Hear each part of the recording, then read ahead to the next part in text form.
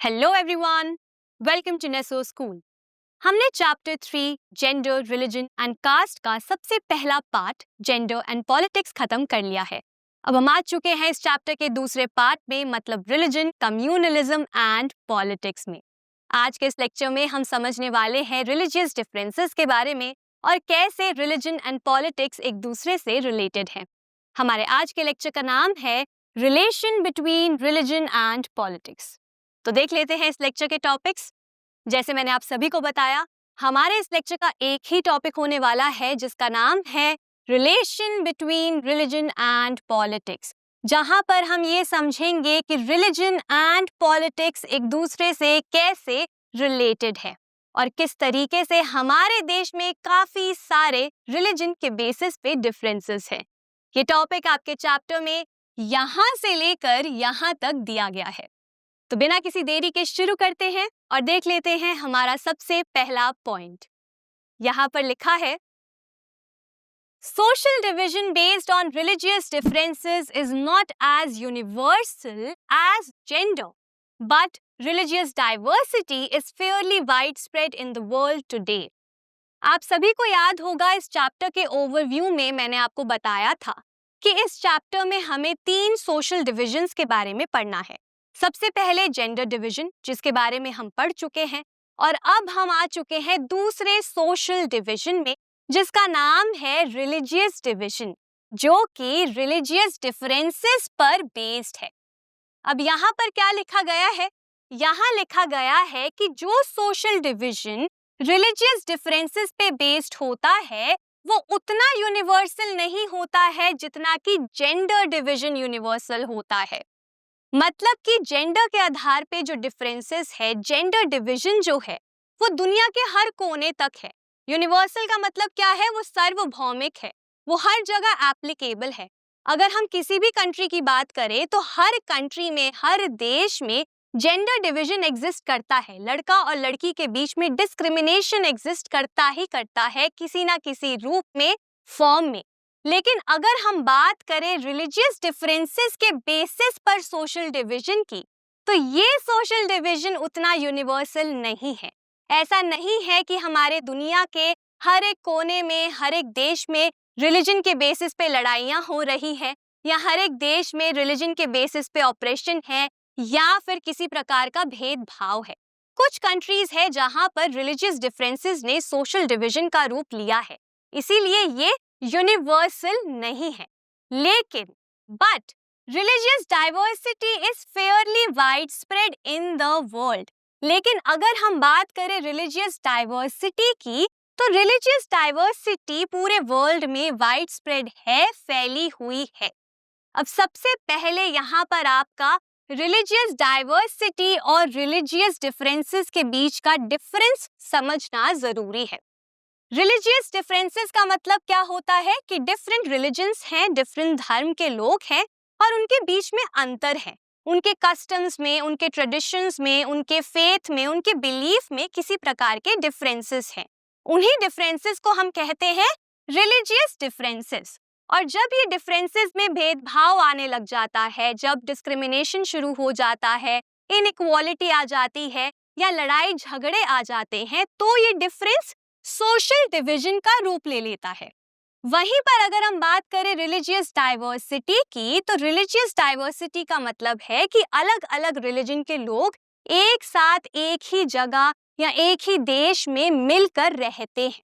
For example, India में Hindus हैं, Muslims हैं, सिख्स हैं, कई सारे रिलीजन के लोग हैं।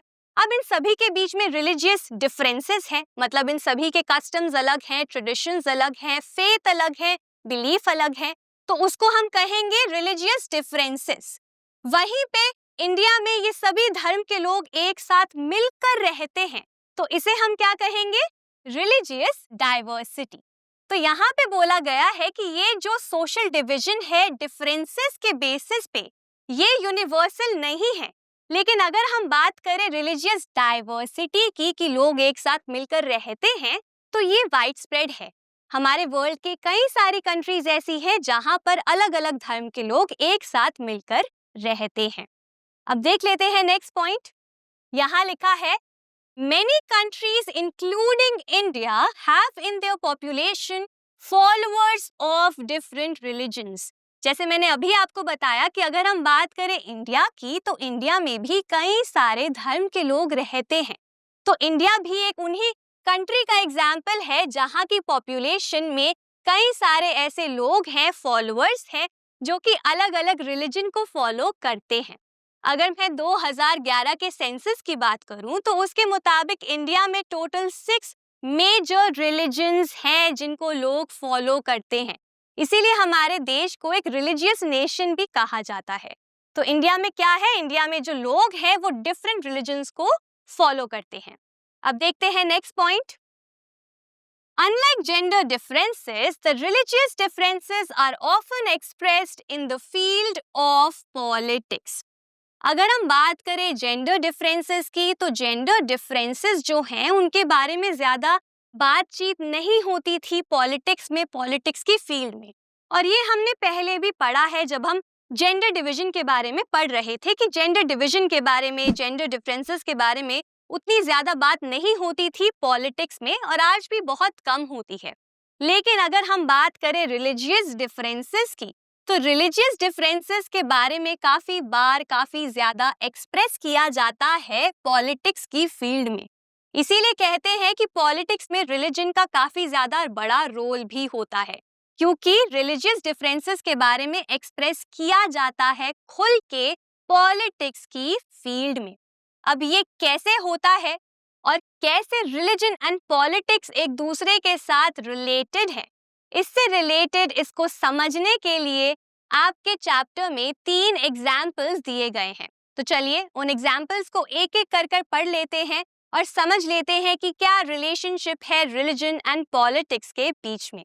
यहाँ पर हमारा सबसे पहला एग्जाम्पल कहता है, Gandhi ji used to say that religion can never be separated from politics. Mahatma Gandhi ji हमेशा कहते थे कि रिलीजन को आप पॉलिटिक्स से, धर्म को आप राजनीति से अलग नहीं कर सकते, सेपरेट नहीं कर सकते. इन दोनों का एक साथ चलना जरूरी है. आप इन दोनों को एक दूसरे से सेपरेट नहीं कर सकते, रिलीजन को पॉलिटिक्स से अलग नहीं कर सकते. वो ऐसा क्यों कहते थे? क्योंकि गांधी जी का ये मानना था कि रिलीजन से हमें मॉरल वैल्यूज सीखने को मिलते हैं. हमें क्या सीखने को मिलता है? नैतिकता सीखने को मिलता है. हमें क्या सीखने को मिलते हैं? हमें नैतिक मूल्य सीखने को मिलते हैं. हमें मॉरालिटी के बारे में पता चलता है. हमें ये समझ में आता है कि क्या सही है, क्या गलत है, क्या मॉरल है, क्या इमॉरल है, कौन सा एक्शन अच्छा है, कौन सा एक्शन बुरा है, सर्विस कैसे की जाती है दूसरों की, सच क्या होता है. इन सभी बातों के बारे में हम कैसे सीखते हैं? अपने रिलीजन से सीखते हैं. इसीलिए गांधी जी ये कहते थे कि रिलीजन का पॉलिटिक्स में होना बहुत ज्यादा जरूरी है, क्योंकि रिलीजन एक सेंस ऑफ मोरालिटी देगा पॉलिटिकल कंडक्ट को. मतलब कि ये एक नैतिकता की भावना लेकर आएगा राजनीतिक संचालन में. तो जो भी पॉलिटिकल एक्शंस होंगे, जो भी पॉलिटिकल वर्क होगा, जो भी पॉलिटिकल लीडर्स होंगे, वो कैसे सोचेंगे? मोरालिटी के साथ सोचेंगे, नैतिकता के साथ सोचेंगे और काम करेंगे, जिसकी मदद से पॉलिटिक्स में कोई भी लीडर या कोई भी व्यक्ति सेल्फिश नहीं हो पाएगा. वो अपने बारे में पहले नहीं सोचेगा, पहले दूसरों के बारे में सोचेगा, क्योंकि उसके अंदर क्या होंगे? मॉरल वैल्यूज होंगे. इसीलिए रिलीजन का पॉलिटिक्स में होना जरूरी है. अब आगे क्या लिखा है? What he meant by religion was not any particular religion like Hinduism or Islam, but moral values that inform all religions. तो यहाँ पे जब वो कहते हैं रिलीजन, तो रिलीजन से उनका मतलब सिर्फ एक या दो रिलीजन नहीं है, कोई पर्टिकुलर रिलीजन की बात नहीं करते हैं. वो सिर्फ हिंदुइज्म की या इस्लाम की बात नहीं करते. वो ये नहीं कहते कि सिर्फ इन्हीं दोनों धर्मों से हमें मॉरल वैल्यूज सीखने को मिलते हैं. रिलीजन का मतलब है सभी रिलीजन्स जिनसे हमें मॉरल वैल्यूज सीखने को मिलते हैं, जो हमें नैतिकता सिखाता है. वो सभी उनके लिए क्या थे? रिलीजन थे.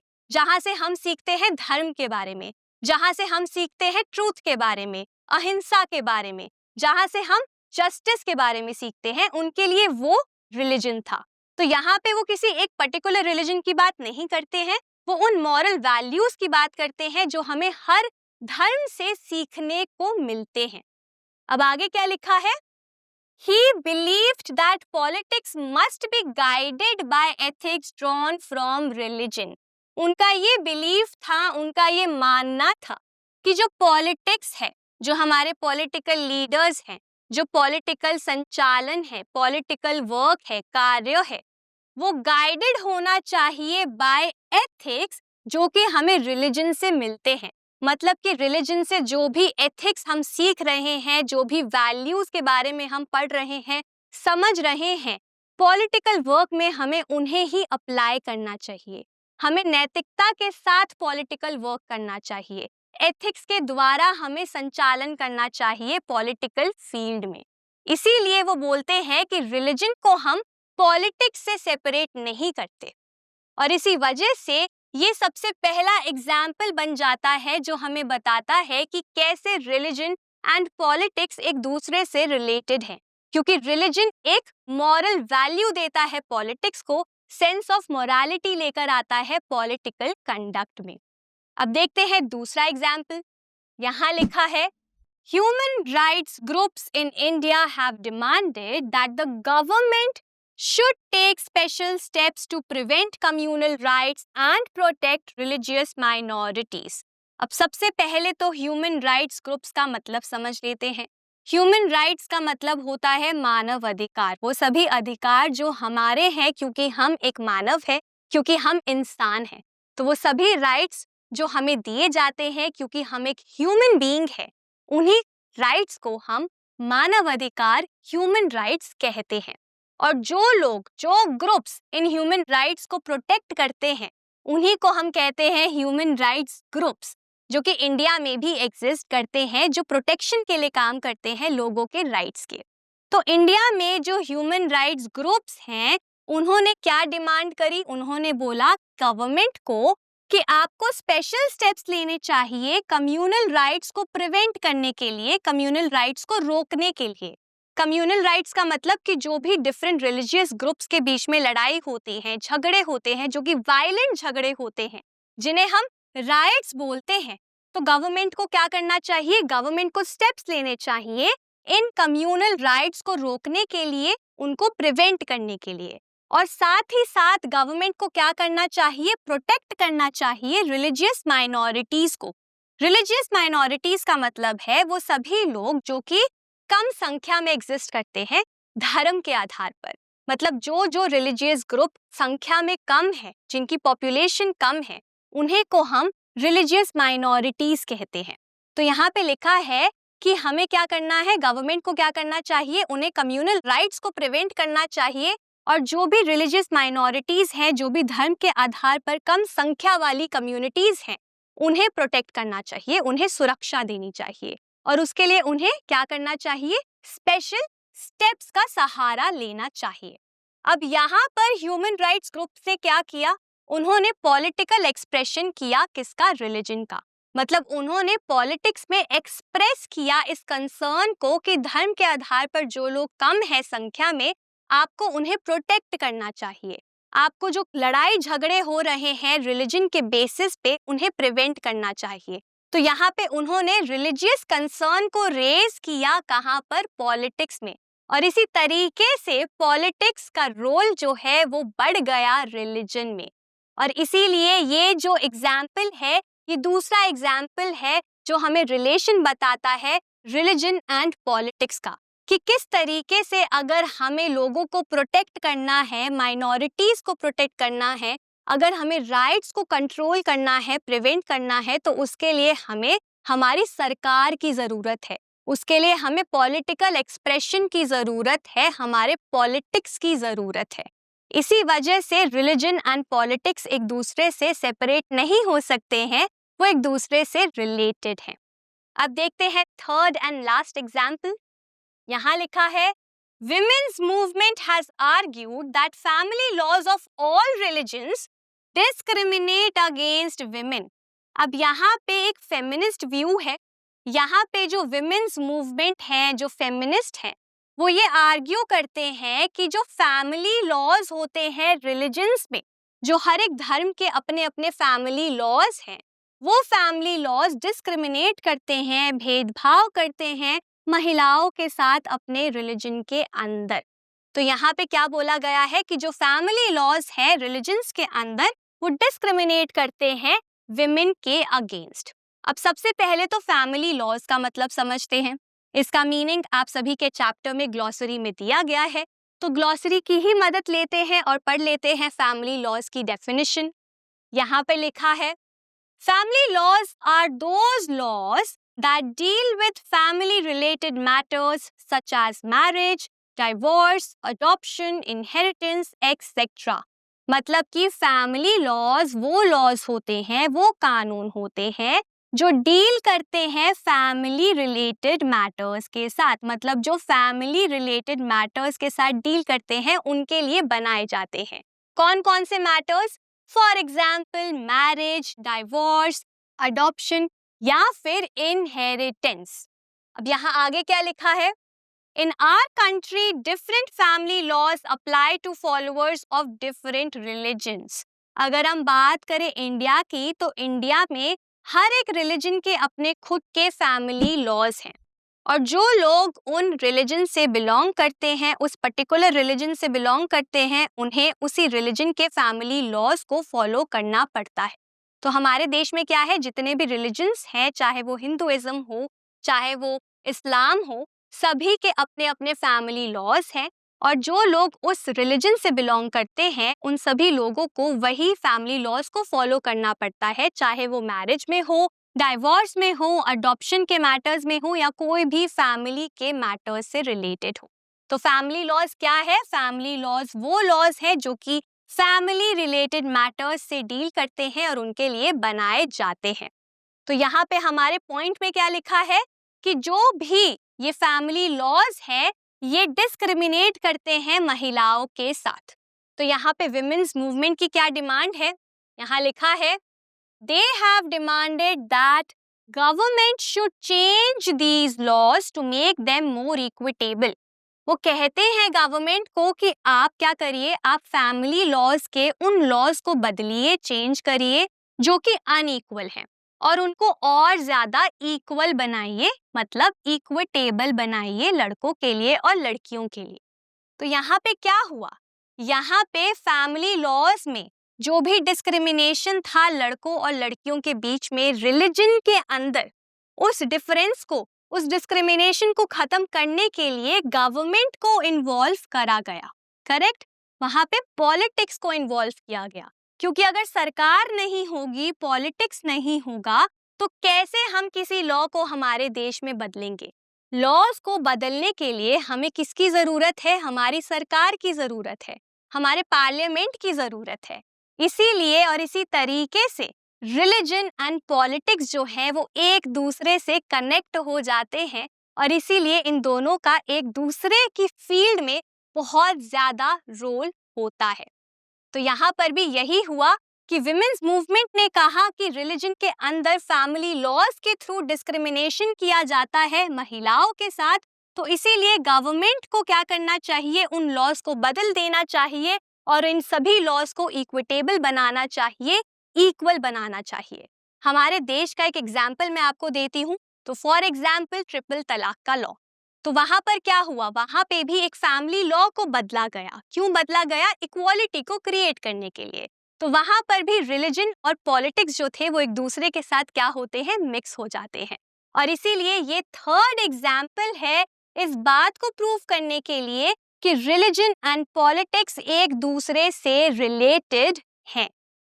तो यहाँ पर हमने क्या समझा, इस पॉइंट से देखते हैं।